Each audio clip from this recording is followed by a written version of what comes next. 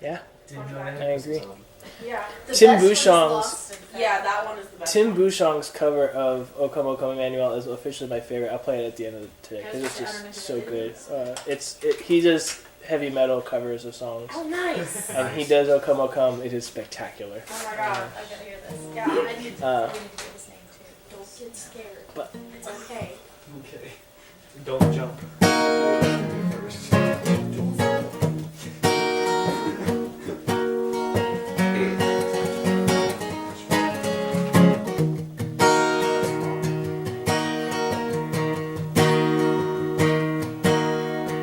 alright, let's try it.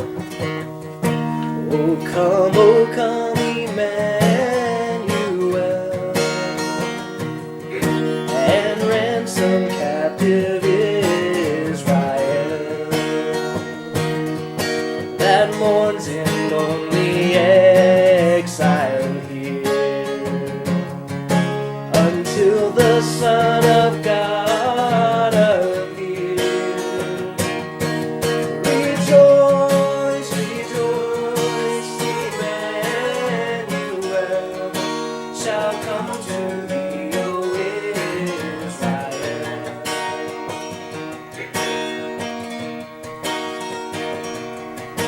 O come thou rod of Jesse free,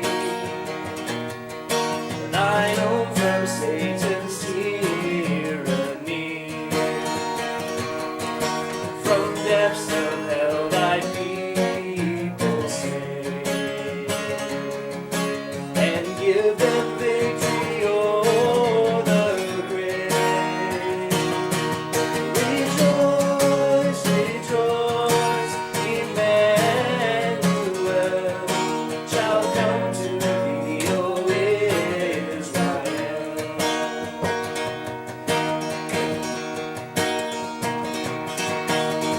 Come thou day spring, come and cheer our spirits by thine advent here. Disperse the gloomy clouds of night, and death's dark shadows put to flight. Rejoice, rejoice, Emmanuel shall come to thee, O Israel.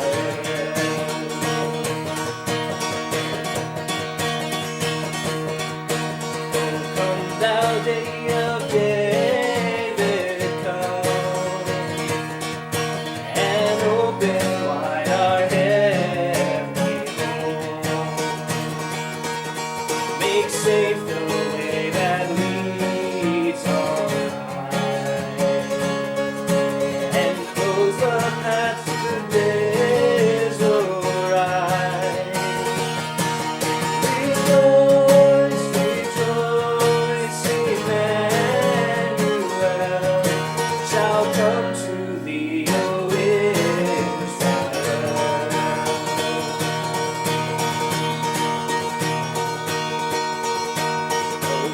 O come thou Lord of mine, through to thy tribe on Sinai's high. In ancient times didst give them all, in clouds and majesty and all. Rejoice, rejoice, Emmanuel shall come to thee, O Israel. Rejoice, rejoice, Emmanuel shall come to thee, O Israel.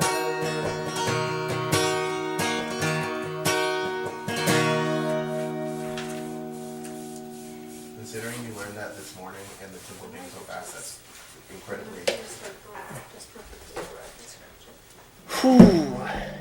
Tiring too. That is a fun song to sing. But It's tiring for sure. Oh yeah. Oh man, good catch. Not such a good throw. Thanks. Appreciate it. All right. O come Emmanuel. I would hate to be similar. What's the first line saying? Come to us, Come, Emmanuel. Savior. Yeah. Which is Come, probably Savior. yeah. Oh, come. Emmanuel. Why is it that sometimes it's spelled with an E and sometimes it's spelled with an I? Where? Because Well, the I Hebrew word starts with a hirik, which is a Hebrew vowel, which sometimes gets translated as an E, sometimes Wait, as an Hebrew I. has vowels? Okay. Or it doesn't have something. What was It doesn't have vowels in Punctuation. the text. Oh, Its okay. vowels were added by the Masoretes in about 200 BC. Ah. Or 280. Hebrew's a fun language, but yes, that's why. It's sometimes it's transliterated E, sometimes I. It means the exact same thing. Same with all those different times you see different names in the Bible written, spelled different ways, because it's just like we're trying to put a Semitic language into English letters, so there's a couple different ways to do it. Which is, Emmanuel, though, literally means, anyone? Savior. Savior. God with us. God with us. Yeah, good job. He was in front of the church this morning. You know the sign thing behind Pastor Tyler's sign? No, I didn't see it. Well, it said God with us, and I was like, good idea. It's also from Matthew, right? Matthew quoting Isaiah 7, saying, "He shall call his name Emmanuel," which means God with us. Yeah. Really cautious. So, O come, Emmanuel, one of the titles for Jesus, comes from Isaiah 7 and Matthew 2. And ransom captive Israel. What does that mean? Save Israel from sin. Yeah. Very well put. That mourns in lonely exile here until the Son of God appears. Who's mourning in lonely exile? Israel. Israel. Until the Son of God appear. Rejoice, rejoice. Emmanuel shall come to thee, O Israel. Who are they telling to rejoice? Israel, yeah. Foreshadow. O come, thou rod of Jesse, free thine own from Satan's tyranny. What did it say? I'm going to go out on and say the rod of Jesse is Jesus. Yes, rod of Jesse is Jesus. That's another title for Descendant. Jesus. Jesse is the son of, or is the father of David. Correct. So the descendant of Jesse. Yeah. Oh, rod. And then he's going to free them From Satan's tyranny. AKA. Expressing the Grodian view of the atonement right here. Ransom to Satan theory. Satan theory. A Grodian? Grodian, yeah. We learned that back when we studied atonement views. That's why I bothered using the word. But ransom to Satan, the idea that Jesus was paying a ransom to Satan instead of paying a ransom to God, which would be more biblical. I know from Satan's tyranny, from depths of hell thy people save and give them victory o'er the grave. That was pretty self-explanatory. Pretty self-explanatory, right? But put it in modern English. So Jesus saves us from sin and sin, and he's from hell, and he's saving the people from their sin and gives them victory because he conquered the grave. Yeah. All right. Is grave Sheol? Oh. I mean, it's not written in Hebrew, so Correct, yeah. no way to know, but I'm just saying that's Yeah. what word popped into my head. Yeah. We're going to talk about that today when we get to Jonah. So. Nice. Rejoice, rejoice, Emmanuel shall come to thee, O Israel. O come, thou dayspring, come and cheer our spirits by thine advent here. What's that one mean? No idea. I'm not sure what Advent means.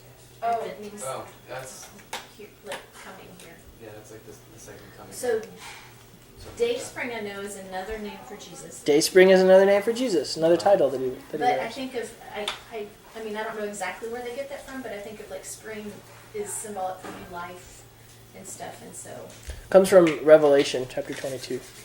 okay, That's where it's most clearly applied to Jesus. okay. Also applied to Satan. So. interesting. Dayspring is? Yeah. Well, is it morning Is it star like night too? spring? It's the same phrase. Is that okay? That's what I was thinking. Interesting. Because I know morning star. So is this saying, come back the second time? Jesus? Yes. O come, Jesus, and cheer our spirits by coming back. By thine advent here. So this is after he died. Way Correct. This Yeah. song was This written. this song is way after he died. This is all saying, get the second coming going, Jesus. after. So the first Come, line Lord is- Jesus. Oh, this is recent stuff. Why am I thinking this is written back then? It's, Well, it was written back then. Very Just long not ago. That back then. oh, okay. Disperse the gloomy clouds of night and death's dark shadows put to flight. Cheer us up. Rejoice, rejoice, Emmanuel shall come to thee, O Israel. Defroster and your car's a window in the early morning. It's a real problem. After I have to great rub analogy. my wipers on every single morning. It Just be is glad you live in Houston. You only have to deal with that 2 months out of the year. actually it's Who else deals with it more? it's every single Anyone who lives further north than Dallas? Oh. it's every single month up until it starts getting cold. Yeah. For some reason, there's just a huge temperature difference, and my windows fog up. Hmm. So I have to keep my wipers on, otherwise Same here. I just can't see at all. We'll turn on the heat thing. My car's So the been next before. the next one says, O come thou key of David, come and open wide our heavenly home. Another What's that title one mean? of Jesus. Yeah, another title of Jesus. Where does that one show up? I've never heard that one. Like, and I'm not even really familiar with this verse. This is not a verse we typically sing. Yeah, Do you know? I assume key of David is a reference to the Davidic covenant. Second Samuel chapter 9, 7 or 9. Yeah, saying your descendants will sit on the throne. But yeah, I don't know where the word key actually comes from. Actually, it's your background. Okay. Oh, you're Make safe the way that leads on high, and close the path to misery. You pronounce it the old English way. Yeah, I didn't It catch that one. rhymes.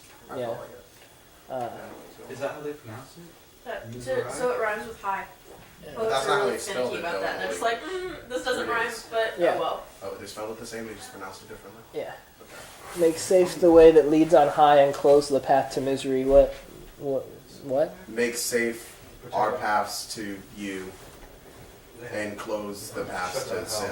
Right. Put it out of business. Save us. Yeah. I honestly, like, take away temptation. Yeah. Yeah. Yeah. Close the path means Yeah. get rid of temptation. Yeah. Rejoice, rejoice, Emmanuel shall come to thee, O Israel. What are you doing? My phone just disappeared. Isn't it like one of those? No, this is my old one. This is my new one. Did you take it? Well, What's your name? O come, thou Lord of might, who to thy tribes on Sinai's height in ancient times did give the law, in cloud and majesty and awe. So it's referring to Mount Sinai, Yeah. which is that mountain in the Bible that I can't remember what it refers to, but it's in there. And then, no, that's where Moses got the law. Yeah. And I'm not sure what the rest. So I'm gonna help him out. Put this sentence into modern English for me. In ancient times, you gave the law in cloud, majesty, and awe. to the Israelites. There was clouds and majesty and awe involved in giving of the law Yeah. during the ancient times. Yeah. And we're your tribes, you gave them to us on Mount Sinai. And thou Lord of might. Again, another term for, this one would be more a term for the triune God, as opposed to just the second person of the Trinity, which the other ones were all. Specifically, Jesus, Lord of might, would be an Old Testament title for God. So, rejoice, rejoice, Emmanuel shall come to thee, O Israel. Interesting, the emphasis on Israel all throughout this hymn. The early church's view of Israel was kind of different than our modern view.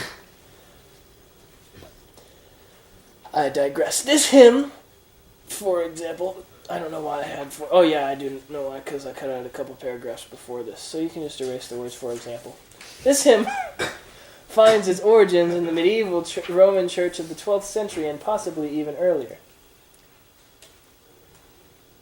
It began as a series of antiphons, short statements sung at the beginning of the Psalm or of the Magnificat at Vespers during the Advent season. You guys know what the Magnificat or Vespers are? No idea. No. I'm not sure about the. I'm not sure about the Magnificat, but I know Vespers was like monks used to have certain times of prayer every day, and Vespers was the last one of the day. Yeah. And then, so I'm guessing Magnificat was the first one of the day. But Yeah. I don't know. Well, it's I think that the Magnificat is a particular prayer. Okay. It's the prayer that the angel gave to Mary when she said, "Oh, highly favored lady," that Magnificat. That's the Yeah, I think Latin word for it. that's also the name of the Catholic version of Our Daily Bread. Because my dad gets it. He gets frustrated when he doesn't get it. Each of the antiphons greets the Savior with one of the many titles ascribed to him in the Scriptures: Emmanuel, Lord of Might, Rod of Jesse, Dayspring, Key of David. The hauntingly catchy modal melody for this text was originally a plain song or chant, the earliest form of singing in the church. This mode of chant traces its roots back to the early Christians as far back as Gregory the Great, for whom the chants in the Gregorian style are named. If you've ever heard of a Gregorian chant? No. There was one that became popular, like pop music, back in the 90s. Really? It's really kind of fascinating. I bet I have it on my iPod. Is it like a Gregorian? Is it? As in, like, named after Gregory the Great. Many who consider him the first pope, who aren't Catholic. The first pope? Yeah. I thought it was Peter. The Roman Catholics would say Peter's the first pope, Okay. because he was the Bishop of Rome. Oh. But the idea of pope or papa of the church, who actually takes on some sort of authority, divine leadership of the church above any other bishop, didn't really start to form until at least Gregory, probably more like Leo the Great, about Leo was in 700s AD. Oh. While O Come Emmanuel is often linked with the 12th century, the earliest surviving evidence of the hymn's text is in the 7th edition of the Psalteriolum Cantonum Catholicarum, which was published in Cologne in 1710. That hymnal was a major force in the history of German church music, first assembled by Jesuit hymnographer Johannes Heringsdorf in 1610, and receiving numerous revised editions through 1868, it achieved enormous impact due to its use in Jesuit schools. So, best guess is O Come Emmanuel is from an old antiphon chant from about the 12th century AD. The earliest evidence we have of it actually in print anywhere is this German hymnal. During the 19th century, there were a number of Anglican ministers and scholars, such as John and Neil, stuck in the German mindset, who developed a keen interest in the rediscovering and translating into English many of the ancient Greek, Latin, and German hymns. John Neal, born in London, England on January 24th, 1818, undoubtedly did more than any other person to make available the rich heritage of Greek and Latin hymns. Advent, beginning 4 Sundays before Christmas, is the season of the church year that emphasizes the anticipation of the first coming of Christ to this earth. His coming as the Messiah was first prophesied in the 6th century BC when the Jews were captive in Babylon. This is why we sang this hymn today, because it is the first Sunday of Advent. Oh. Come O Come Emmanuel is often the first hymn that you sing in the Advent season. So there was method to this madness. For centuries thereafter, faithful Hebrews looked for their Messiah with great longing and expectation, echoing the prayer that he would ransom captive Israel. The tragedy of tragedies, however, is the biblical and historical fact that he did come unto his own to establish the spiritual kingdom of both redeemed Jew and Gentile, but his own received him not. Again, I would take issue with the spiritual kingdom bit, but like I said, I mostly just copy this. I don't compose it each week for you. So, Kenneth Osbeck would take a spiritual view of the kingdom. Today, most hymn books use just 5 of the original statements addressed to different titles of the anticipated Messiah. Truly, our hearts can rejoice with God's people of all ages when we realize that Christ the Messiah did come 2,000 years ago and accomplished a perfect redemption for Adam's hopeless race. Yet we wait with the same urgent expectation as did the Israelites of old for the piercing of the clouds, his second advent, and victory over sin and death will be final. O come, Adam's hopeless Lord race. Jesus. So that means all of us. Yeah, humans. So is it giving humans possession, or giving Adam possession over all humans, or is it just saying we stemmed from him, so technically so? B. Yeah. Okay. With that, let's 427. Yeah, let's turn to Obadiah. Oh gosh. So we're going to do Obadiah and Jonah today. We're going to grab one of each. Oh, You I will love want Jonah. your Bibles open. Such a good example of humanity. And this, the reason I'm doing this all in one is because Obadiah is really short. It's the shortest book in the Old Testament. It's only 1 chapter long. What? And I figure most of you know the story of Jonah pretty well already because it's one of those ones that you learn from early on. So Yeah, there was we're this going to be doing word- more of a here's what you were taught wrong Right. about Jonah, and here's what it's actually about kind of lesson. There's these guys that like to sing about how they don't have a belly button Yeah, and they're in sync. yeah, yeah. Yeah. Thanks for that. Yeah, so like I said, we're gonna do a this is what you were taught wrong about Jonah kind of lesson. What? One of them being that the pirates who don't do anything were Not part a of part the of the Bible. What I really wish is that Nineveh was totally destroyed.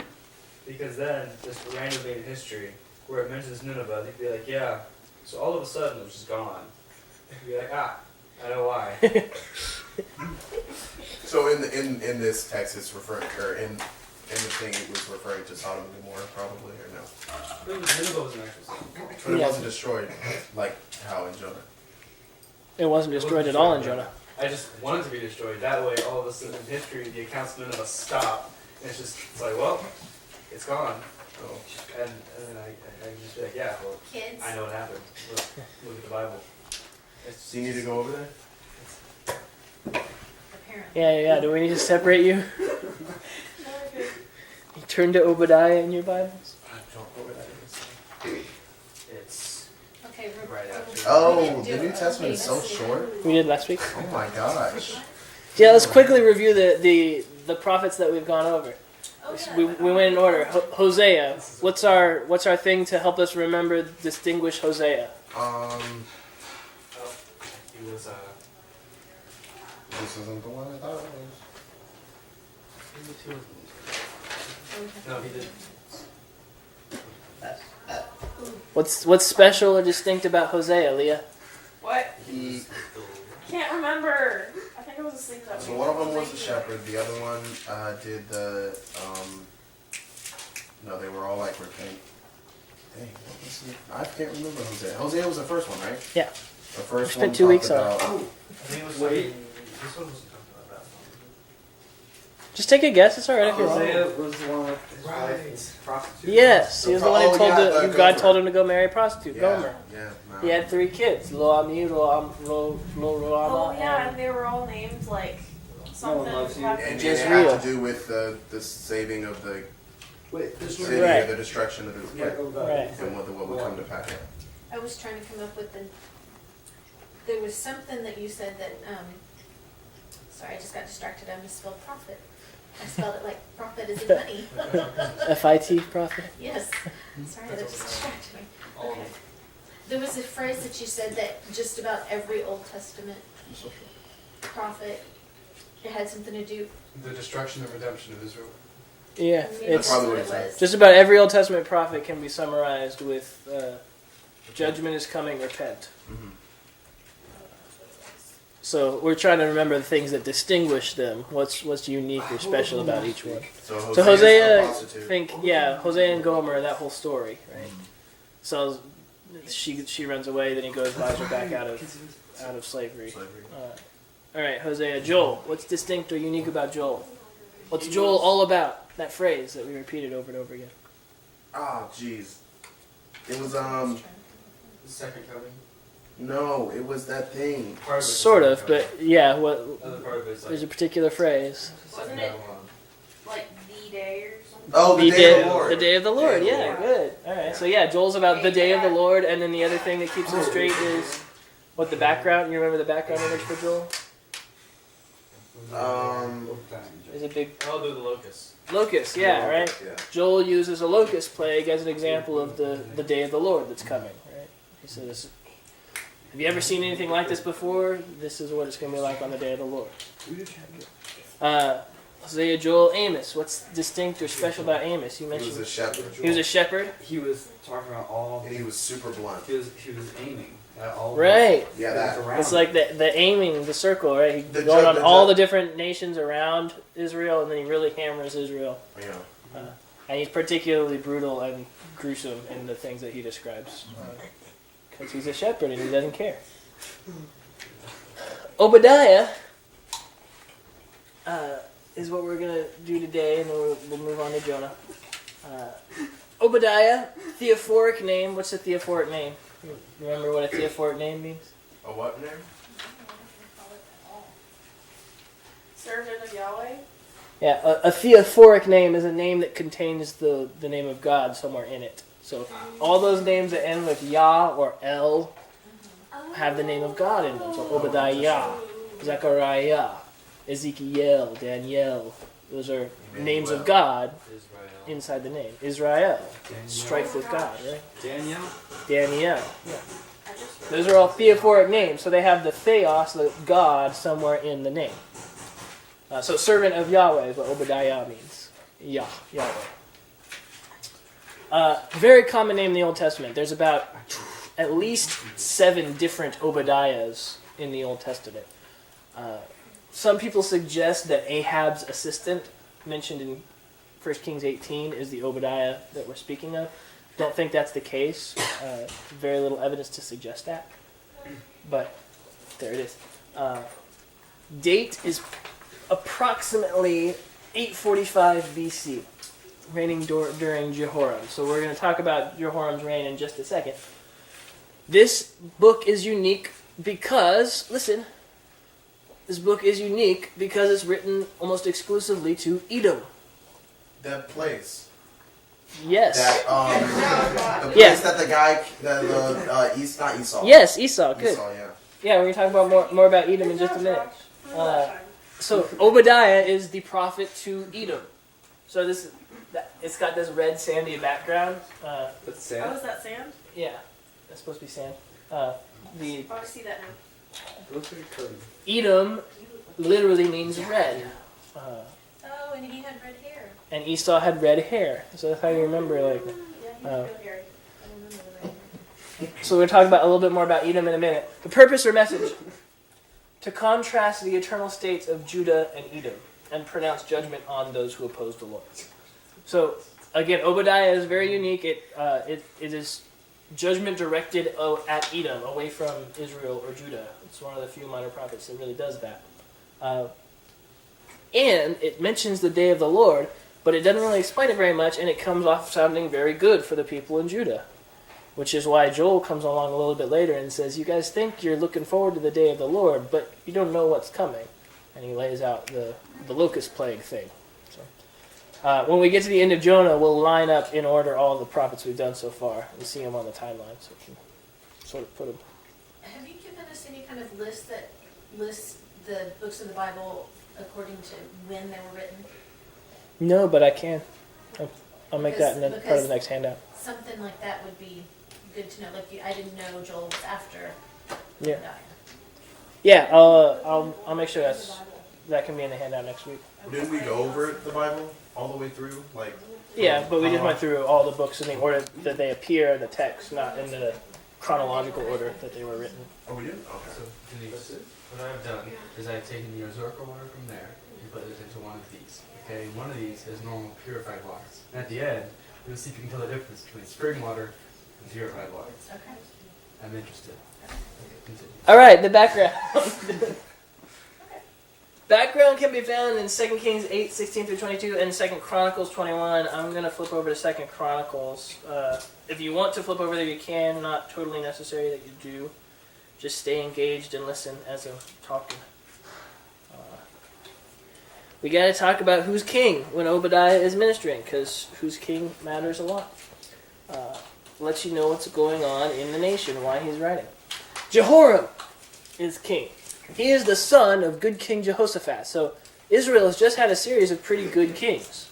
They had Abijah, then Jehoshaphat, and Jehoshaphat is a really good king. He dies, he leaves his oldest son Jehoram in charge as king, and he divides up lots of his stuff to his other sons. I think he has 8 or 9 different sons. So he dies, King Jehoram comes to power, becomes king at age 32, and the first thing he does is he kills all of his brothers. Stand-up guy. He's married to Athaliah. So if you remember the name Athaliah, you probably don't. Yeah? Athaliah's Ahab's daughter. Yeah. Obviously. Ahab is the evil king in Israel, right? The one who really ushers in Baal worship. So Israel really starts going downhill into hardcore Baal worship because of Ahab and Jezebel. You know those two names, right? Yeah. They have a bad time in Israel. Elijah does the whole Mount Carmel thing with Ahab. I was just about to ask about that. Isn't that the one where, because Jezebel kills all the priests? Yeah. Okay. Well, no, Elijah woman? kills all the priests, and Jezebel gets angry. I meant, but all the.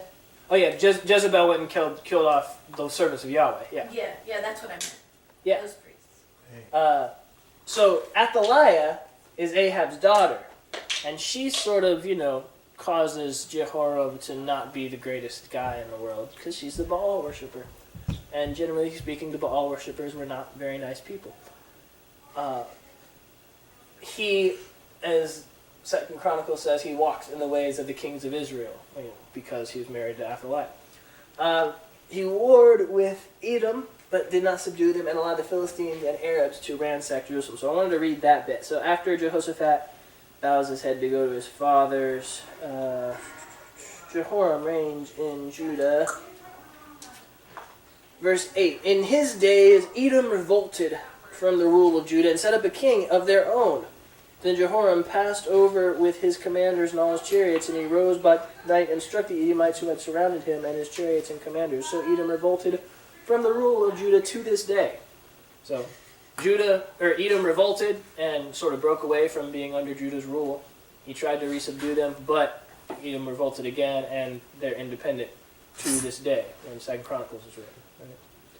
At that time, Libnah also revolted from his rule because he had forsaken the Lord, the God of his fathers. Verse 11, moreover, he made high places in the hill country of Judah and led the inhabitants of Jerusalem into whoredom and made Judah go astray. Elijah sends a letter to him saying, you're going to die from a horrible intestinal infection. And then, after that letter is read, verse 16, and the Lord stirred up against Jehoram the anger of the Philistines and the Arabians, who are near the Ethiopians.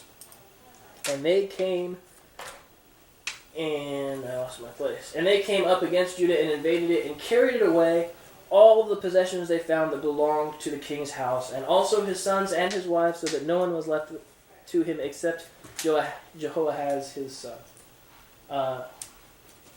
So you have this is actually one of the better maps I found. Some of the places we're going. So this is Edom down here, and it's red on the map to help you remember. You got Judah here, Israel up here. So King Jehoram's in Jerusalem, doing bad stuff. Edom breaks off from Judah, and then the Arabians, which are living down here, and the Philistines from Philistia, attacked. Right? They ransacked Jerusalem. They carried away the stuff in the temple, carried away his sons and his wives, and left him desolate, basically. The Ishmaelites have their own territory? Yeah, well, it's just saying they were a wandering sort of nomadic people that generally lived in this area. What's the difference between the Ishmaelites and the Hagarites? Because Hagar was Ishmael's mother. Yes. Oh. Hagar had other sons. And that's okay. Other sons not with the same. Other than Yeah, because Abraham was Ishmael Ishmael's is father. Hagar's mom, or son. Hagar is Ishmael's mom. Yeah. And Timon is kind of their capital city in Edom. So we're going to see that in just a little bit. Yeah. No, it's just, why'd they name the mom? Like, she's a girl. And that didn't happen back in the day. Not all the time, but every once in a while. And this is just a map that a guy made, so Okay. you don't have to accept his terminology. Mostly picked it just because it gave a good show of Edom, gave the capital cities, and lets you see clearly Philistia, Judah, Israel, that sort of thing.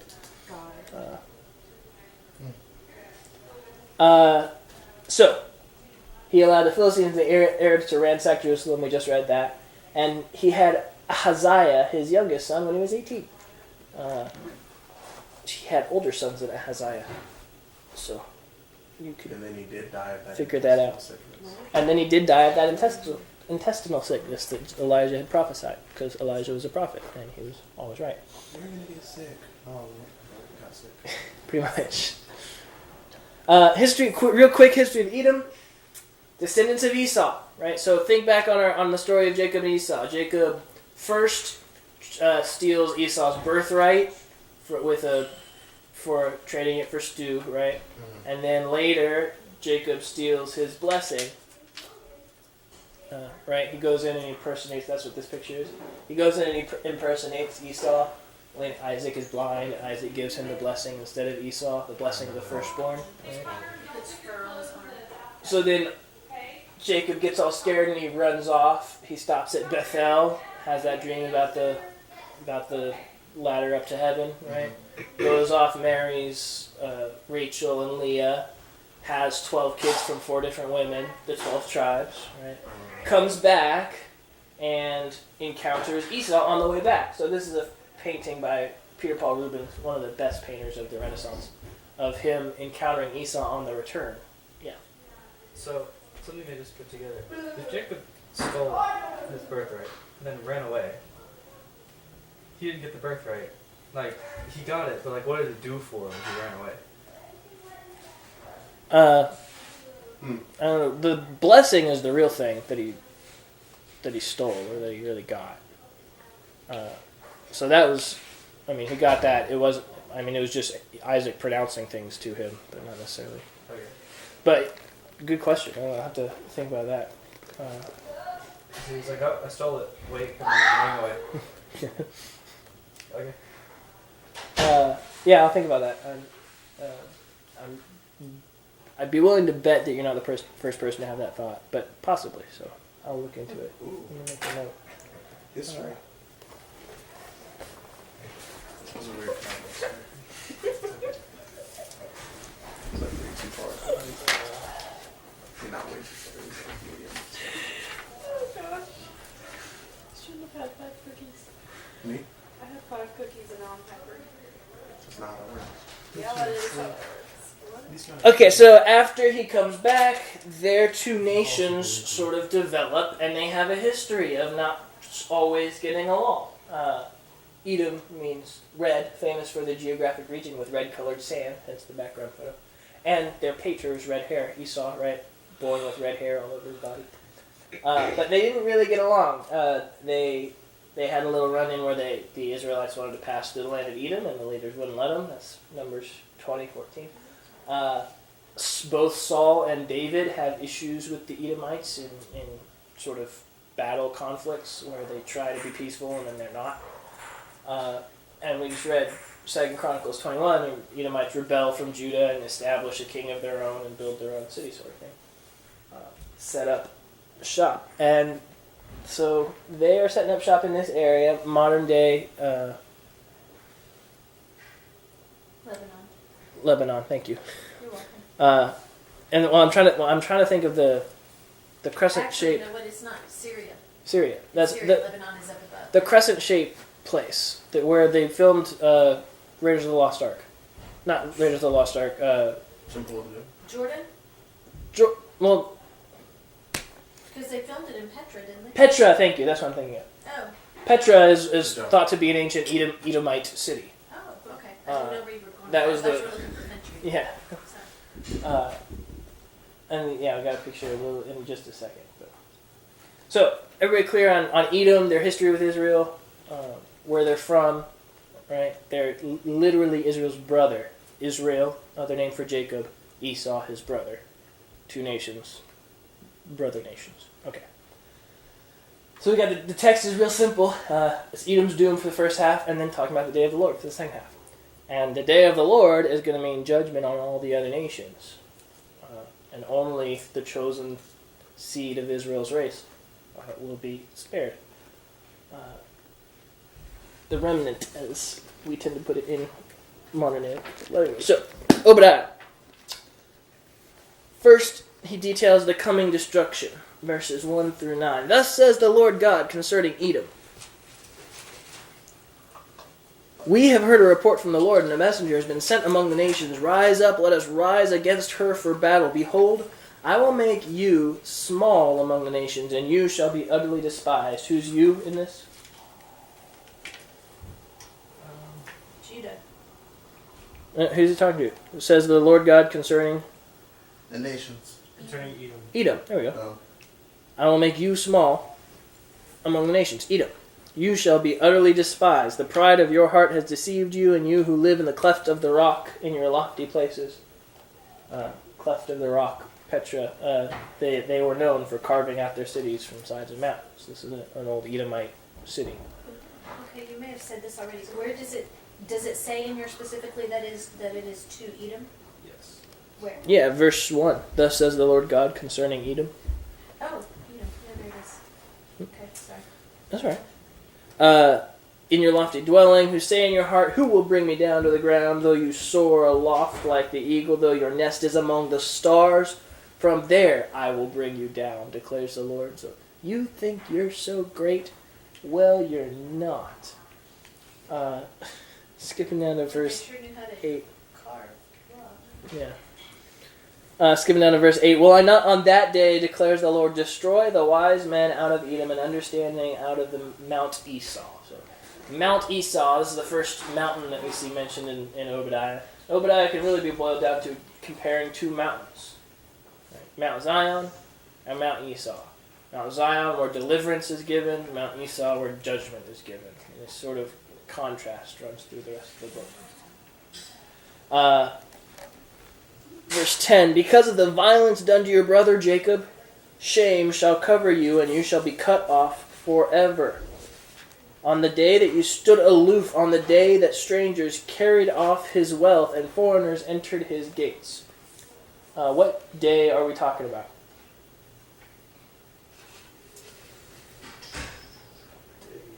Lord? Maybe? Alright, good guess. What would be support for that idea? I don't know. Okay. Where are we? Let's see. Verse 11? Yeah, verse 11. On the day that you stood aloof, and on the day that strangers carried off his wealth, and foreigners entered his gates, his being Jerusalem, Judah's gates, and cast lots for Jerusalem, you were like one of them. Oh no, that does not sound right. It's Jerusalem being sacked. There you go. Right? Jehoram allowing the Arabs and the Philistines to sack Jerusalem. So it's that day. Because of your violence and your shame, you should be cut off. On the day that you stood aloof, on the day that strangers carried off his wealth, foreigners entered his gates and cast lots for Jerusalem. You were like one of them, but you do not gloat over the day of your brother and the day of his misfortune. Do not rejoice over the people of Judah in the day of their ruin. Do not boast. Do not enter the gate. Do not gloat. Do not loot. Do not stand at the crossroads, cut off his fugitives.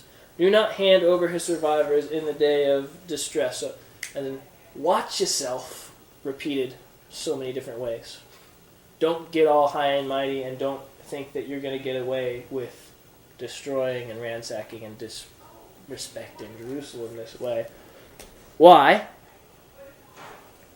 Verse 15. For the day of the Lord is near upon all the nations.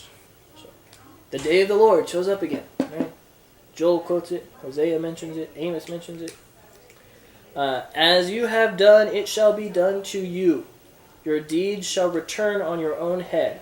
For as you have drunk on my holy mountain, so all the nations shall drink continually. They shall drink and swallow, and shall be made as though they had never been. So there's a little bit of a pun going on here. Just as you drank, right? Evidently the Edomites went up on Zion, got drank along with the Arabs and the Philistines. Got drunk, stood aloof, as he says. So all the nations will drink. Do you think of any particular phrase that means with the word drink in it in common biblical terminology? That you drink the... Think of Jesus in the garden. What are you referring to? If it's possible, let this cup pass from me, right? The cup of God's wrath. Drink the cup of wrath. That's a fairly common Old Testament imagery. So he's doing a little bit of wordplay. Just as you drank on the holy mountain, so all the nations shall drink. As in, experience the wrath of God. They shall swallow, and just in case we're unclear about the pun here, and shall be as though they had never been. So, and they will be not being, is the literal. That's okay. But in Mount Zion, so as contrast, on Mount Zion there will be those who escape, and it will be holy. And the house of Jacob shall possess their own possessions. The house of Jacob shall be a fire, and the house of Joseph a flame, and the house of Esau a stubble. So as in, Jacob and Jerusalem, Judah, this place is going to be the ones burning you guys, where you were the ones burning them. They're going to come out on top. They shall burn them and consume them, and there shall be no survivor for the house of Esau, for the Lord has spoken.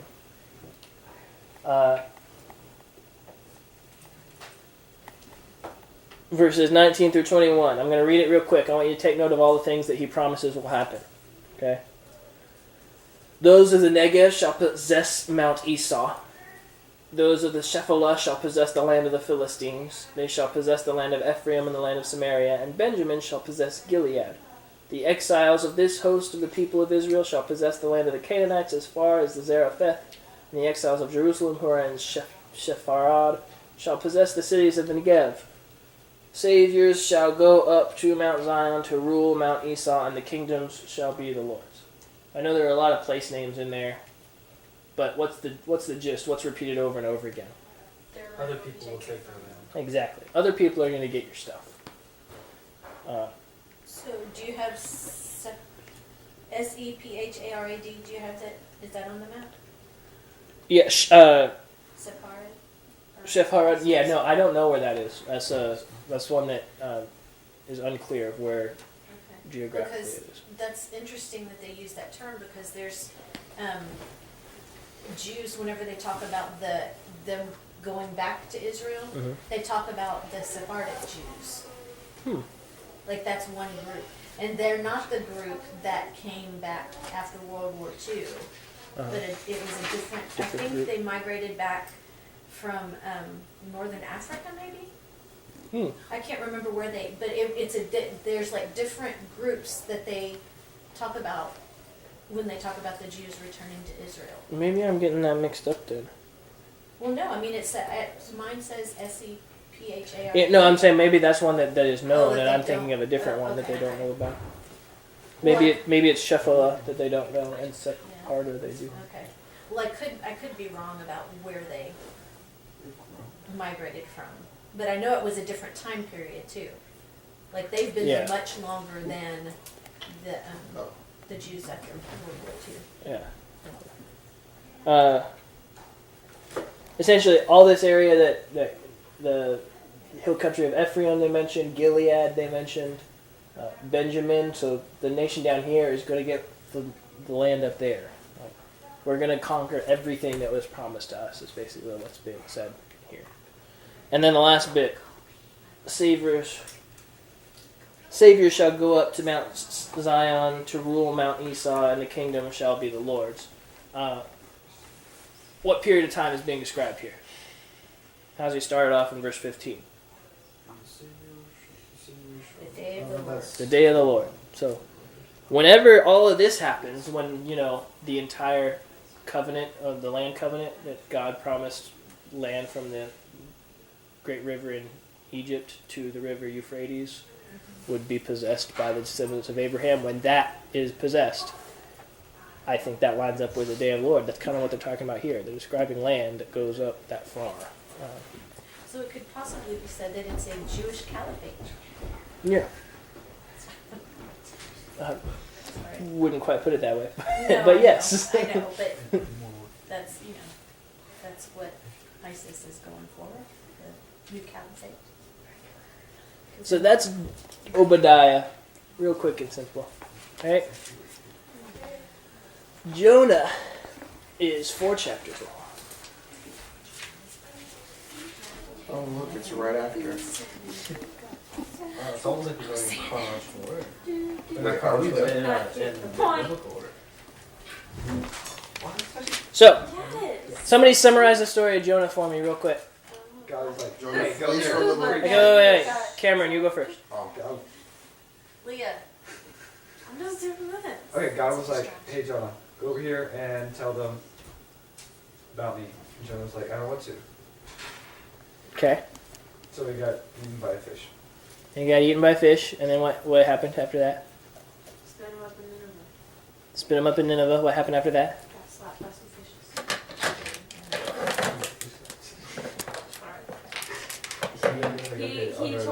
He told the Ninevites to repent, and they did. Told the Ninevites to repent, and they did, and what happened after And that? he went up to a hill and he was like, they're not going to do it. And he sat there until he died.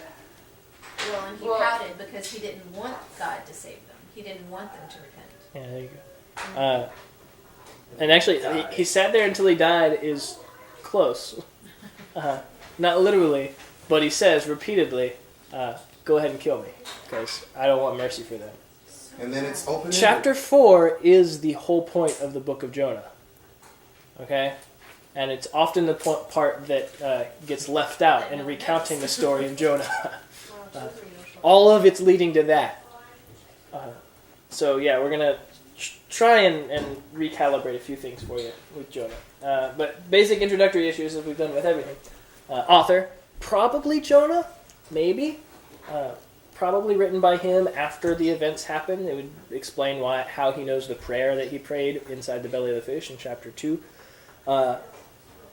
Not necessarily definite, though. Could be somebody Jonah knew. Could be somebody writing under the inspiration of the Holy Spirit. There's also a big debate about whether this is a historical story or not. I come from the perspective that yes, it is. And I think it's silly to not say so, because Jesus specifically says a couple of different places, as it was in the days of Jonah. As Jonah was in the belly of the fish for 3 days and nights, so will the Son of Man be. He seems to treat it like a historical story, and so I do too.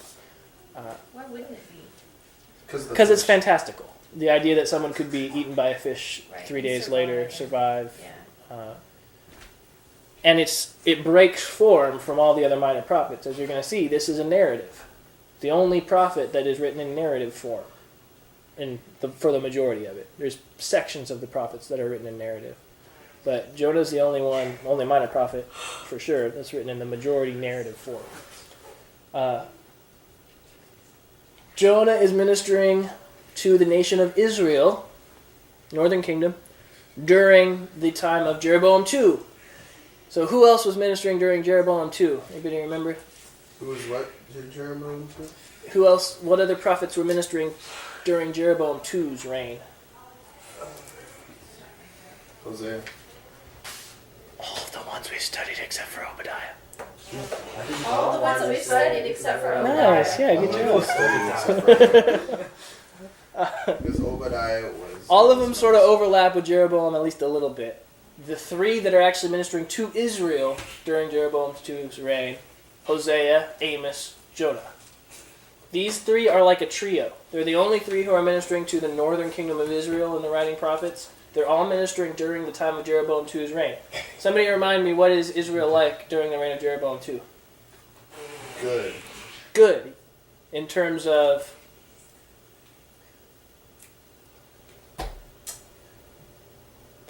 morally or financially? Financially. Financially, right. Material good. The borders are huge.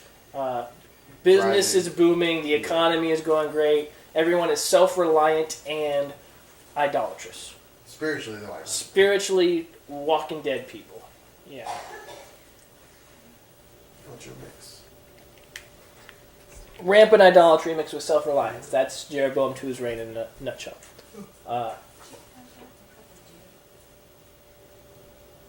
Yes.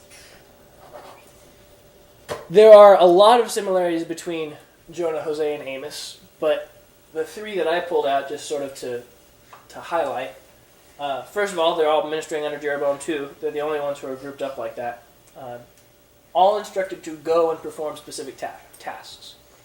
Hosea, go marry a prostitute Gomer. Jonah, go preach to Nineveh. And Amos is go speak to the king of Israel, Jeroboam. Right, chapter 8, that little parlay that they have. Did you say those were the only three that prophesied to the northern kingdom? Yes. Or just specifically under Jeroboam II's reign?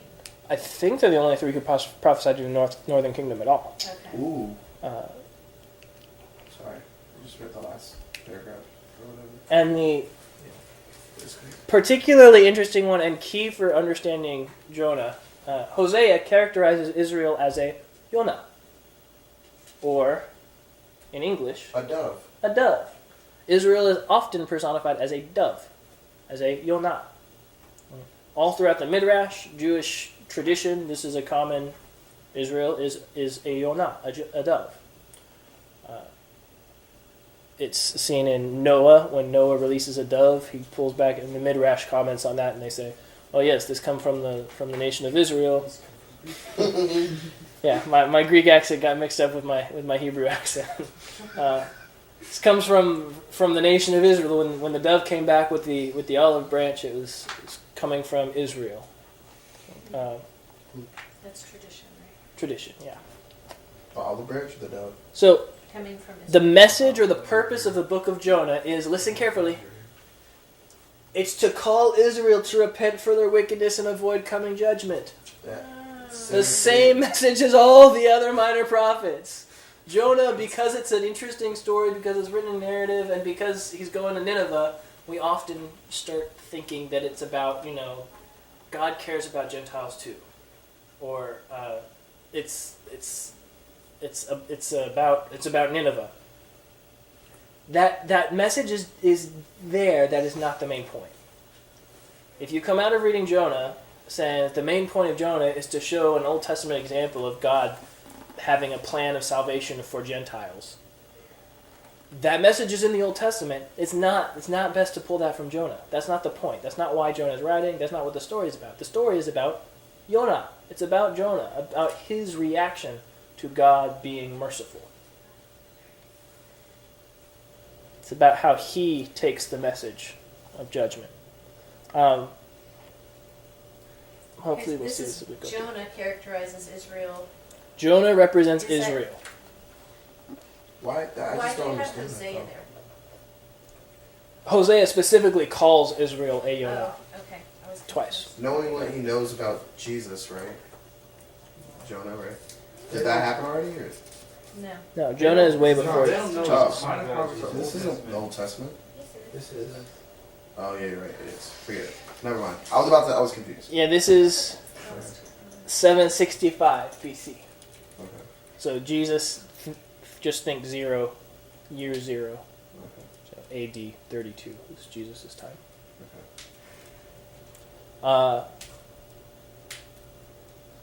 Alright. So we're going to go through the text. I'm going to try and highlight a few specific things for you. This is my basic outline. Jonah flees God, Jonah prays to God, Jonah obeys God, and Jonah refuses God. This is the progress of the story of Jonah. Now the word of the Lord came to Jonah, the son of Amittai, saying, "Arise, go to Nineveh, the great city, and call out against her, for their evil," or their calamity, "has come up before me." Their wickedness has come up before me. This is a key word in Jonah. The word for calamity, wickedness, evil, whatever you got it translated there, it's ra'ah.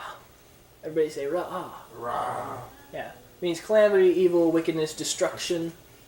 And again, this is used as a pun all throughout the book of Jonah. I think the best word to use is calamity because it conveys the pun the best. So, their calamity has come up before me. Right? Their destruction, their wickedness, their calamity has come up before me. So is God saying their impending destruction that I'm going to bring upon them is like right here on my to-do list? Or is he saying their wickedness, their evil, their calamity towards each other is abhorrent to me? I think he's specifically using a double entendre. He's using a pun. It's got this sort of which one does he mean? The natural reader wants to go wickedness, of course, like they're evil. The Israelite reader wants to go wicked, they're evil. And he sort of plays with this word as we get to chapter 4 in particular, and we're going to see. Maybe we're talking about their destruction, their impending destruction that God is going to bring upon them. It's coming up before him.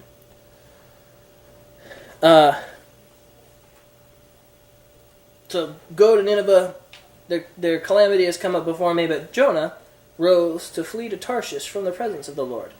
He went down to Joppa, found a ship going to Tarshish. So he paid the fare and went into the boat to go with them to Tarshish, away from the presence of the Lord.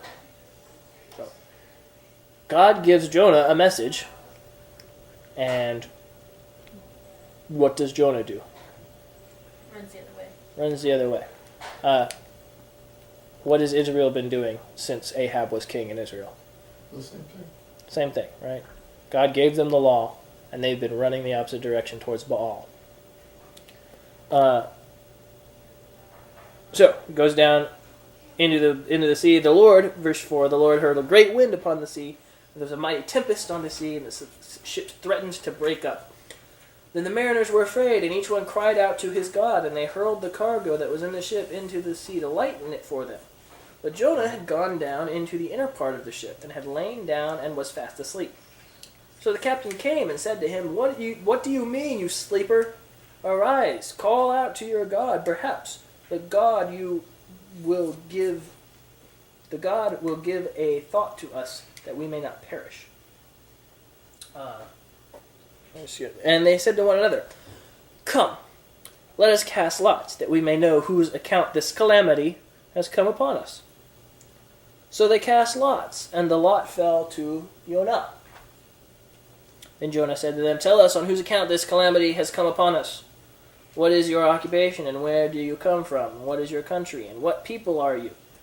All right, we're drawing attention to where is Jonah from? What is he doing? He's bringing calamity with him, and where is he from? Who's he representing? Israel. He says to them, I'm a Hebrew, and I fear the Lord, Yahweh, the God of heaven, who made the sea and the dry land. Then the men were exceedingly afraid, and they said to him, What is this that you have done? For the men knew that he was fleeing from the presence of Yahweh, because he told them. They fear God more than Jonah does. And that's not even their God. And that's not even their God yet. Well, they see how powerful he is because of the storm. Yeah. Mic drop. They said to them, What shall we do to you, that the sea may quiet down for us? And the sea grew more and more tempestuous. He said to them, Pick me up and hurl me into the sea, then the sea will quiet down for you, for I know it is because of me that this great tempest has come upon you. Nevertheless, the men rowed hard to get back to dry land, but they could not, for the sea grew more and more tempestuous against them. Okay, real quick, just a sidebar. Whenever you hear Jonah preached and somebody harps on verse 13 and talks about works-based gospel never works. They tried to row back to the sea against God, but they needed God to just give them His grace. But yeah, okay, I'm all for the gospel. It's not in this verse though. Like, This is just their dynamics. this is just saying what they did.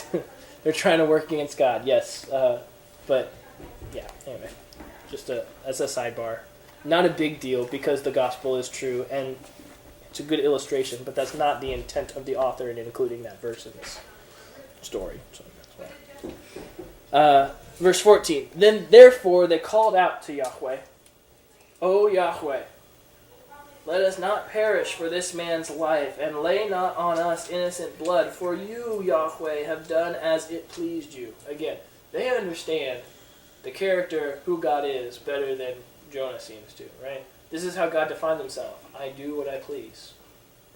Right? Back in Exodus 33. I am who I am. Pass before the Lord God, abounding in mercy, steadfast in love. I will have mercy on who I will have mercy, and show compassion on who I will show compassion. I get to do what I want to do. And they're saying, God, you get to do what you want to do. You've done as you pleased. Verse 15, so they picked up Jonah and hurled him into the sea, and the sea ceased from its raging. Then the men feared Yahweh exceedingly, and they offered a sacrifice to Yahweh and made vows. So, the calamity caused a repentance. Right? So this is foreshadowing for the rest of the book of Jonah. Calamity So causing even if it wasn't repentance. Wait, so they Jonah, repented and they vowed to follow the Lord. Yeah. In that, wow. Verse 17, and the Lord appointed a great fish to swallow up Jonah, and Jonah was in the belly of the fish for 3 days and 3 nights. All right. So, Jonah prays to God. That's the second part. And here I'm going to... So, what do you guys think happened to Jonah for those 3 days and 3 nights? Other than a huge gospel choir singing, our God is the God of second chances. He's probably like, well, I'm in the fish now. Yeah. I think he was arguing with himself I think he was arguing with himself. So, about, like, why did I do this? Well, because that's ridiculous and Ninevites are evil. I don't want them to be forgiven, blah, blah, blah. Yeah. I think he's back and forth. so I think he was probably very, very, very, very, very unhelpful. Because when I imagine a great fish, instead of the mental image of a huge whale and he's just sitting in the middle of the stomach, it's kind of like, here's the fish, and here's Jonah. It's fitting him like a glove. Yeah, that's probably more realistic. And I can't imagine that felt too good. Like a really He's probably contemplating. tight He's sleeping probably bag. contemplating the whole time whether or not he was even like whether it was even worth it. Like, should I just stay here? Like, can I just stay here? Like, do I need to be? He's probably like, well, this is the end. So, like, goodbye. He's in the fish. Oh, when I first, because when first came to mind was VeggieTales. Like, he's got all that room in the VeggieTales. So I'm thinking, same thought as Jonathan. But it's like, I don't know, honestly. Okay. So first of all, we get to see what he thinks. So lots of people speculate about that.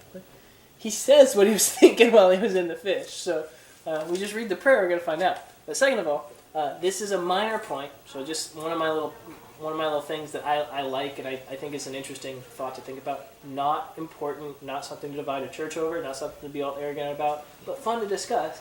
I think Jonah died in the belly of the fish. And I think he says a couple times that he died. And God raised him from the dead. So he died more than once. Yeah. Ooh, Which 3 this days. is not unique to Jonah. There's plenty of biblical characters who died and God raised from the dead and then they died again. But just as Jonah was in the belly of the fish for 3 days and 3 nights, so the Son of Man will be, I think is a pretty literal allusion. Jesus is saying, I'm going to die and be in the grave for 3 days and 3 nights just like Jonah was. And there's a couple places in here where Jonah, I think, pretty clearly says, I died, and God raised me from the dead. He brought me back from dead. Out of the belly of hell. Yeah, that sounds... So, yeah, I'm going to read the prayer, and you guys can keep your ears perked for that. Also keep your ears perked for references to Israel, the temple, and what Jonah is thinking. Okay? Jonah prayed to the Lord, the God of the belly of the fish, from the belly of the fish, saying, I called out to the Lord out of my distress, and he answered me. Out of the belly of Sheol, or death, or hell, I cried, and you heard my voice. For you cast me into the deep, into the heart of the seas, and the floods surrounded me, all your waves and your billows passed over me. Then I said, I am driven away from your sight, yet I shall again look upon your holy temple. The waters closed in over me, and took my life, or to take my life, both renderings are legitimate. The deep surrounded me, weeds were wrapped around my head at the roots of the mountains. I went down to the land whose bars closed upon me forever. Yet you brought my life up from the pit, O Lord my God. When my life was fading away, I remembered the Lord, and my prayer came to you into your holy temple. Those who pay regard to vain idols forsake their hope of steadfast love. But I, with the voice of thanksgiving, will sacrifice to you. What I have vowed I will pay. Salvation belongs to the Lord. If you want to know where the gospel is in the book of Jonah, it's right there. FYI. Salvation belongs to the Lord. He will have mercy on whom he will have mercy. Show compassion on whom he will show compassion. Then he comes out and he's like, I don't know if I'm into that. So did you hear the things that I hear that make me think that he died? Yeah. Yeah. And I think then you don't have to deal with arguing with people who are like, how could somebody live in the belly of a fish for 3 days and 3 nights? Well, he didn't. Well, he didn't.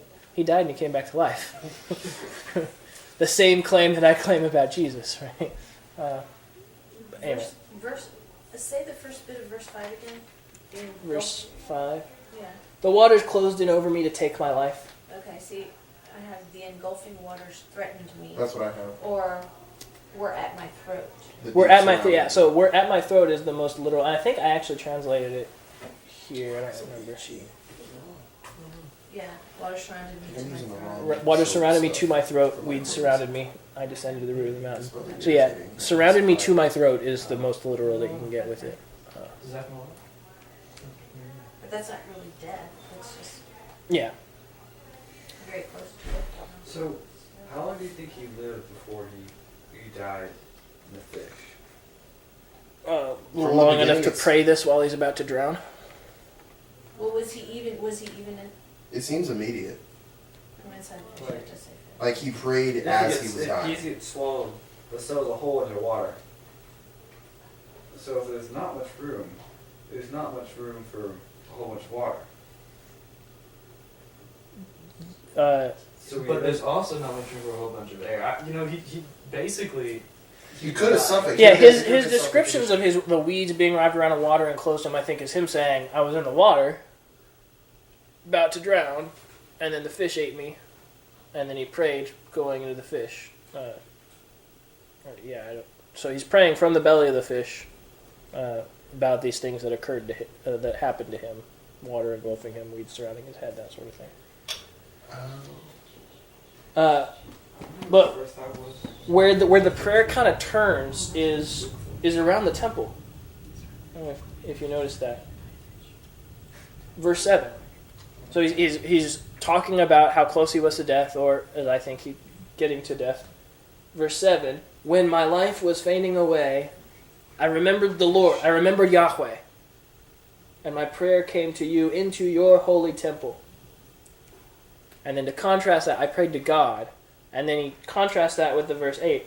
Those who pay regard to vain idols forsake their hope of chesed, steadfast love, mercy, compassion. So I prayed to God, and that's what got me out of this. If you pray to vain idols, you have no hope of mercy. It's contrast. But I, with the voice of thanksgiving, will sacrifice to you. What I have vowed, I will pay. Salvation belongs to the Lord. Now, knowing the rest of the story, what do you think? Is this repentance genuine? Is this, and maybe thinking, I don't like to do this too often, I think it's legitimate in Jonah though, recognizing that this represents Israel.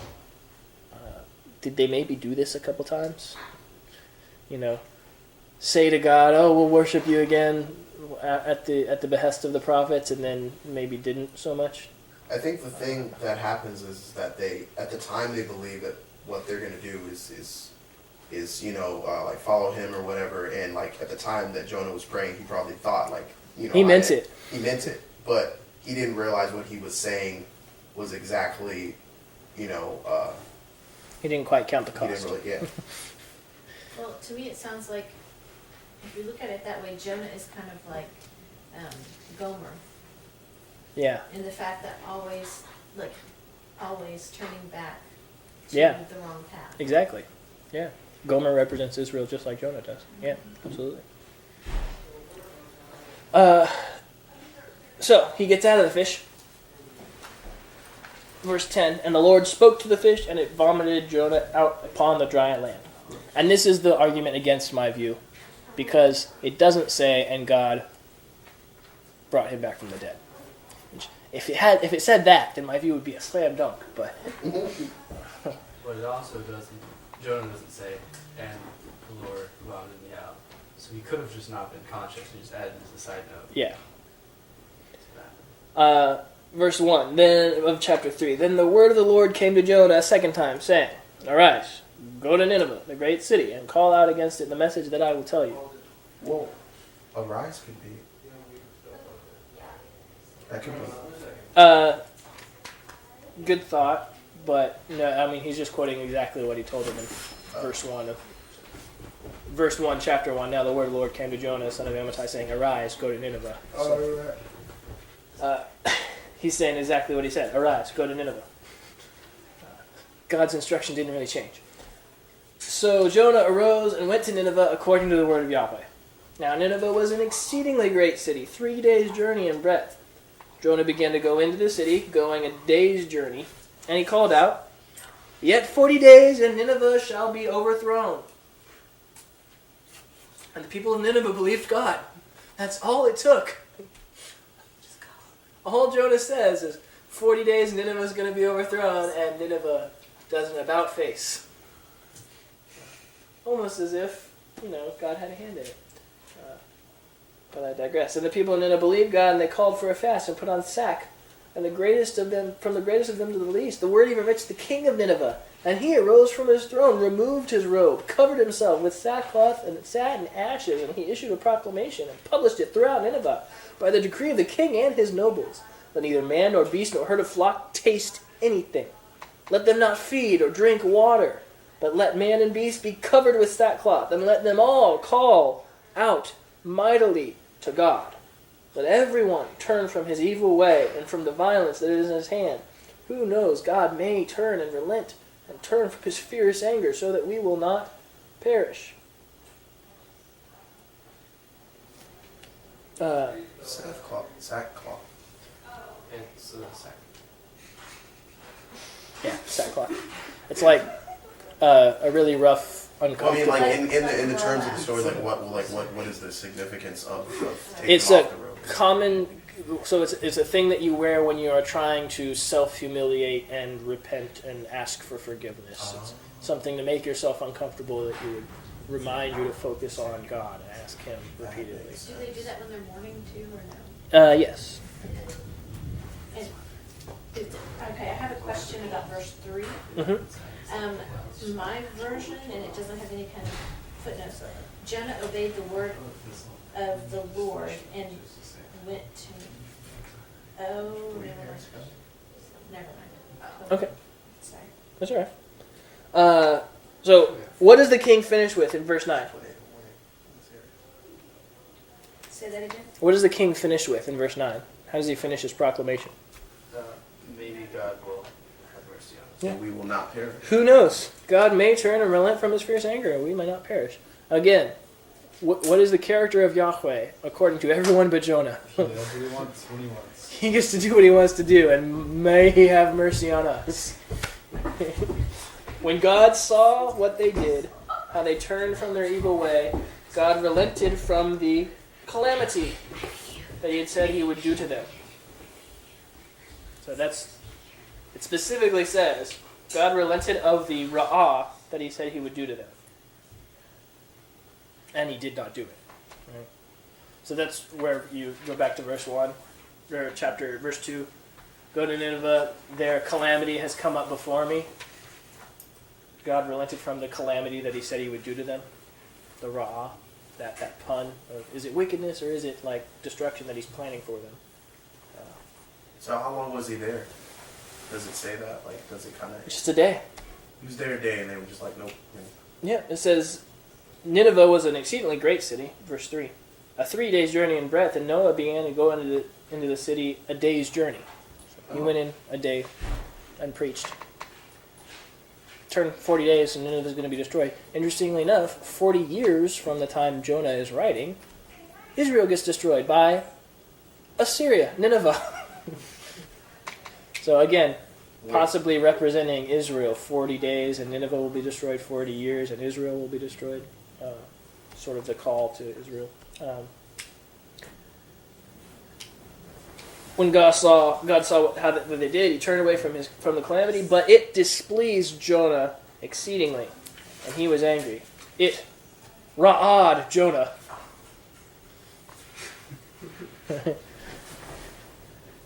It brought calamity to Jonah, and he became angry.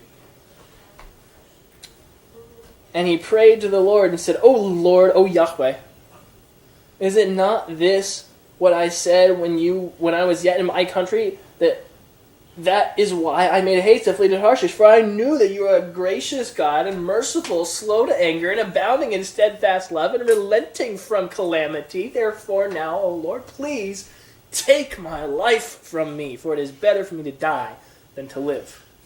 All right. Kill me before you spare these Ninevites." And the Lord said, "Do you do well to be angry?" So, notice I've been using the name of God in Hebrew up until now. And that's been important. It's about to switch. But it doesn't yet. So he's talking to Yahweh. Yahweh says, "Do you do well to be angry?" And Jonah is asking, "Kill me." Right? I do not want to repent and recognize and be happy that you are a merciful God, is what he's saying, right? I know that you're merciful, abounding in steadfast love, and I don't want that for them. I don't want to be on your side. That's what he's saying. So kill me. This is what Israel has been saying to God for X number of years by worshiping idols. Verse 5. This is where it really gets where the fact that Jonah represents Israel gets really clear. As 5 onward. So Jonah went out of the city and sat to the east of the city and made a booth for himself there. A booth, a tent, a little hut, something that they would do at the Feast of Booths yearly to remember their wandering in the wilderness when they lived in booths. Okay. So he's returning to something lesser, right? This thing that they do to remember how bad it was when God wasn't on their side. And he's voluntarily going there. Made a booth for himself there. He sat under it in the shade till he should see what would become of the city. Now the Yahweh Elohim appointed a plant. So the Lord God, the Yahweh Elohim, appointed a plant and made it come up over Jonah that he might have shade over his head to save him from his discomfort. Or his calamity. So Jonah was exceedingly glad because of the plant. He appointed a plant to cover him, to give him shade, to save him from his ra'ah, from his calamity, from his destruction, his judgment. And he was exceedingly glad because of the plant. But when dawn came up the next day, God appointed a worm and attacked the plant so that it withered. Are you seeing a day of the Lord sort of picture here, right? Mm-hmm. Prophets prophesying of what's coming. But when, so the plant withered. Verse 8, when the sun rose, God appointed a scorching east wind, and the sun beat down on the head of Jonah so that he was faint. Notice we haven't been saying the Lord. But verse 7, but when dawn came up the next day, Elohim appointed a worm and attacked the plant so that it withered. And when the sun rose, Elohim appointed a scorching east wind, so the sun beat down on the head of Jonah. And he asked that he might die and said, "It is better for me to die than to live." Again, he's like, I want to die. I don't want to be on your side. And Elohim said to Jonah. So Yahweh is not talking to Elohim anymore. The covenant name of Yahweh, right? The one that talks of God's most intimate relationship with Israel, the name given to Moses from the burning bush, Yahweh, is not used in this particular parlay. But Elohim said to Jonah, so distance has been created. What I think is why he switches names. "Do you do well to be angry for the plant?" And he said, "Yes, I do well to be angry enough to die. So I'm sticking to my gun. I'm going to go on worshiping idols." He finally, officially rejects God. And that's the last thing Jonah says in the book. Angry enough to die. Sounds like a better teenage girl's diary. Yeah. I don't know. In verse 10, and the Lord said, "You pity the plant for which you did not labor, nor did you make it grow, which came into being in a night and perished in a night. And should I not pity Nineveh, that great city, in which there are more than 120,000 persons who do not know their right hand from their left, and also much cattle? And that's where the book ends. Oh, mine has another verse. Oh, yeah? Or another sentence. It says, should I not be concerned about that great city? Question mark. Okay. That's interesting. Seriously? It's a Niv. NIV. Nope, Niv. It's a That's New NIV. International Version. Yeah, Niv. I Like Niv. just that as a cattle. Interesting. I'll have to look into that. I didn't know that there was a textual variant there. But either way, it leaves a cliffhanger, right? Yeah, because It's- it ends on that. Jonah, what are you going to do? He has rejected me. Yahweh makes this last appeal. And again, replace Jonah with Israel. Israel, what are you going to do? Are you really going to die for this idolatry? Are you really so sure of yourself that you don't need the plant, that you can stand up against the east wind that's coming? You don't need my mercy. You don't need my mercy.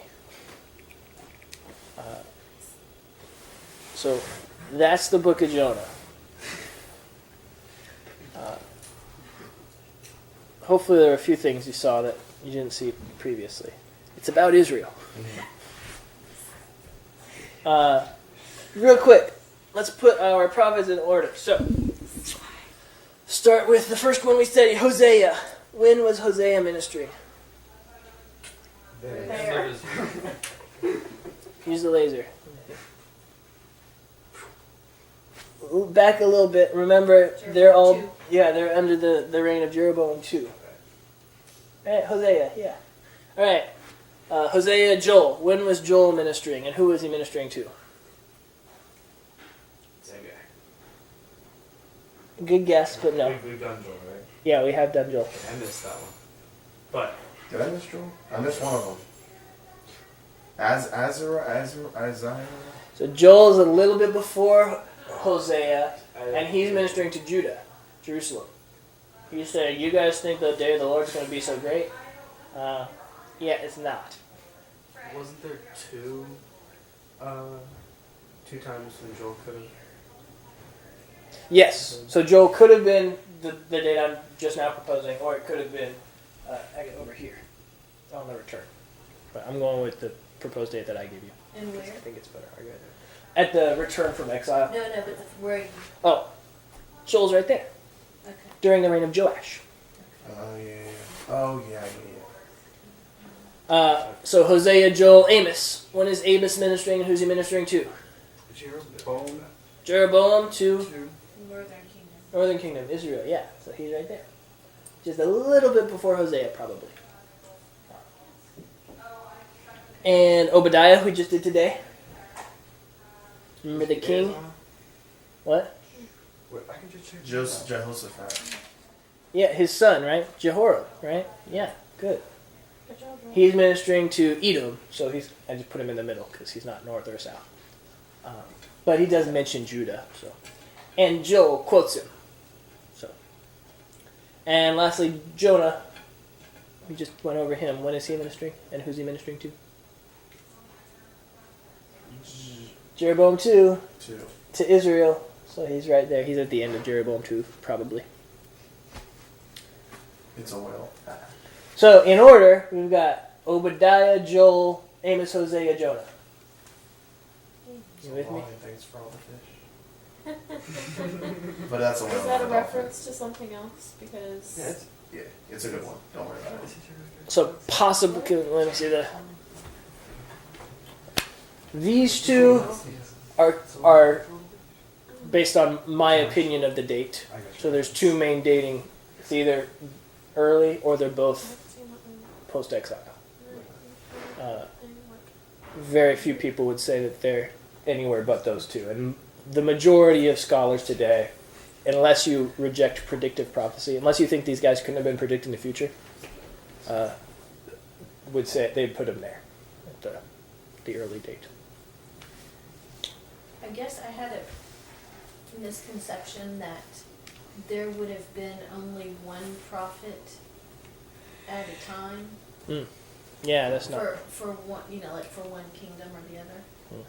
I think maybe, I don't know.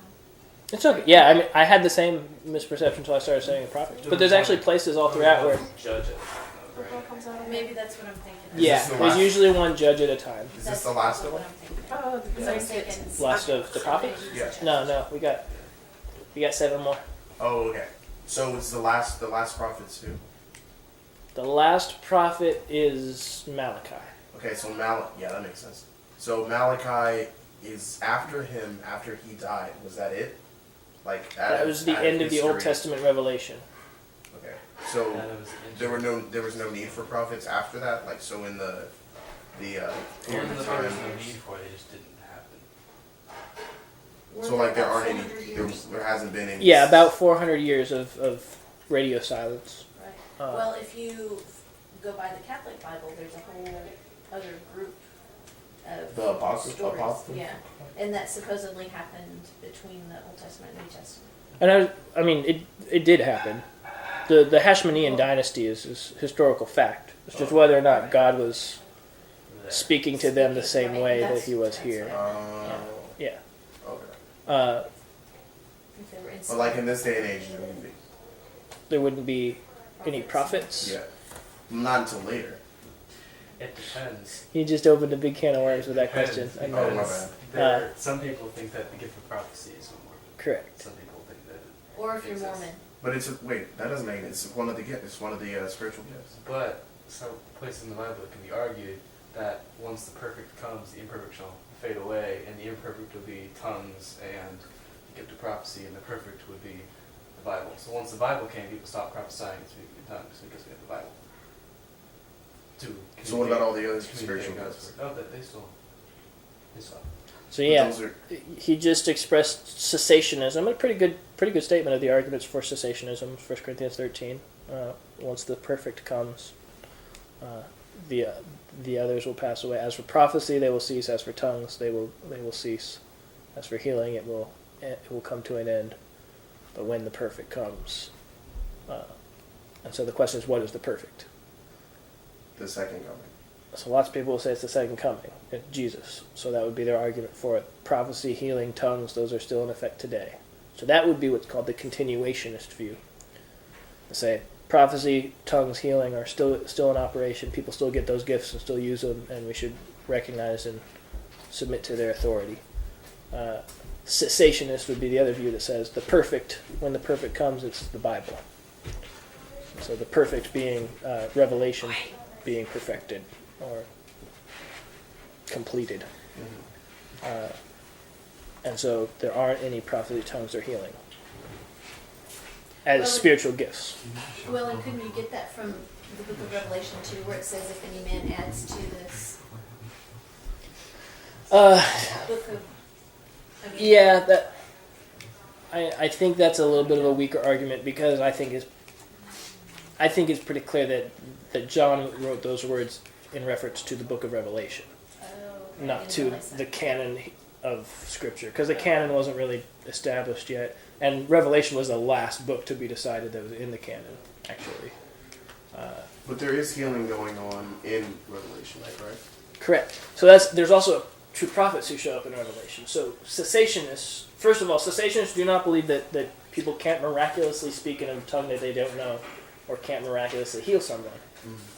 They just mean that they don't believe that those things are passed out as gifts of the Spirit to be exercised regularly, like they were in the first century church. Okay. The other thing is they do think that they will pick up again during the Revelation time. So two prophets will come and they will perform signs and wonders like have not been seen since the days of Moses.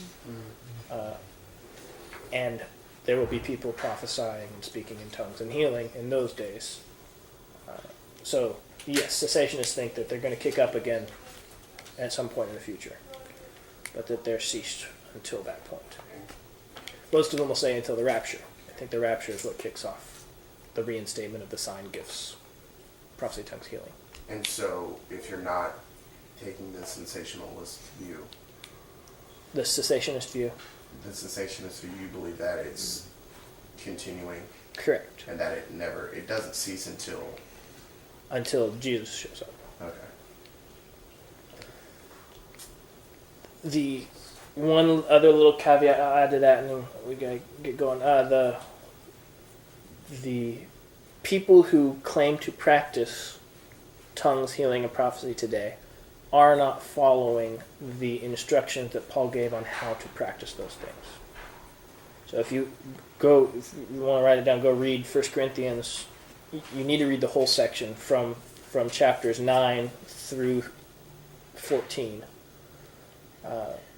If you read that, he gives a whole lot of very specific instructions. When you're prophesying, do not more than one person speak at a time, and if you're speaking tongues, you must have an interpreter there. Who is a different person than the person speaking the... Who is a different person than the person being exactly. And if you ever go and witness people speaking in tongues and prophesying in today's churches who claim to do that, they're not following those rules. So I'm confident in saying that they are wrong in how they're practicing. Whether or not they have the gifts, I'm open to arguments, or I can get along with someone who's a continuationist if they're going to practice these the way that Paul instructed them. But I'm confident in saying that the Pentecostals, the extreme charismatic groups who are claiming to speak in tongues, and when you go, their services are just kind of chaos and people are all Gospel church. rambling and speaking random words, they're not practicing the gift of tongues the way Paul told them to. And I feel like we've talked about this before. And And now- I Yeah, I remember think telling you I was a part of a church that did have, it would just, there would be like, it was praise and worship or whatever, but then it would just like, Erupt. it was almost like it was kicked up a notch, and everybody had started hearing Yeah. everybody speak in tongues, and I'm like, I don't know what they're Yeah, saying. so I'm a soft cessationist. I do believe that they have ceased, but I'm open to dialogue about it. And now I fully understand what speaking in tongues means. Yeah. You said it's 1 Corinthians 9 through 13? Or? Yeah, 9 through 14 to make Right. sure you get the full argument, because he goes on for a little while on it. My opinion on it is the world today does a pretty good job of reporting everything. Yeah. So if it happened, you'd probably hear about it. Unless the government Well, can cover it up. but we also live in a very cynical, very disbelieving world, and if it did happen, they wouldn't believe it anyway, if it was the real thing. But somebody would still report it. Yeah, look at those People crazy do report that stuff all the time. Yeah. Yeah, they're casting demons out of the furniture. They're, I mean, all kinds of weird Yes. things. And if you really want an interesting study, go study the current church in Africa. And I use the word church possibly in quotes because I'm not sure if they believe the gospel or not. But it's definitely an interesting sort of question of cross-cultural church practice, contextualization.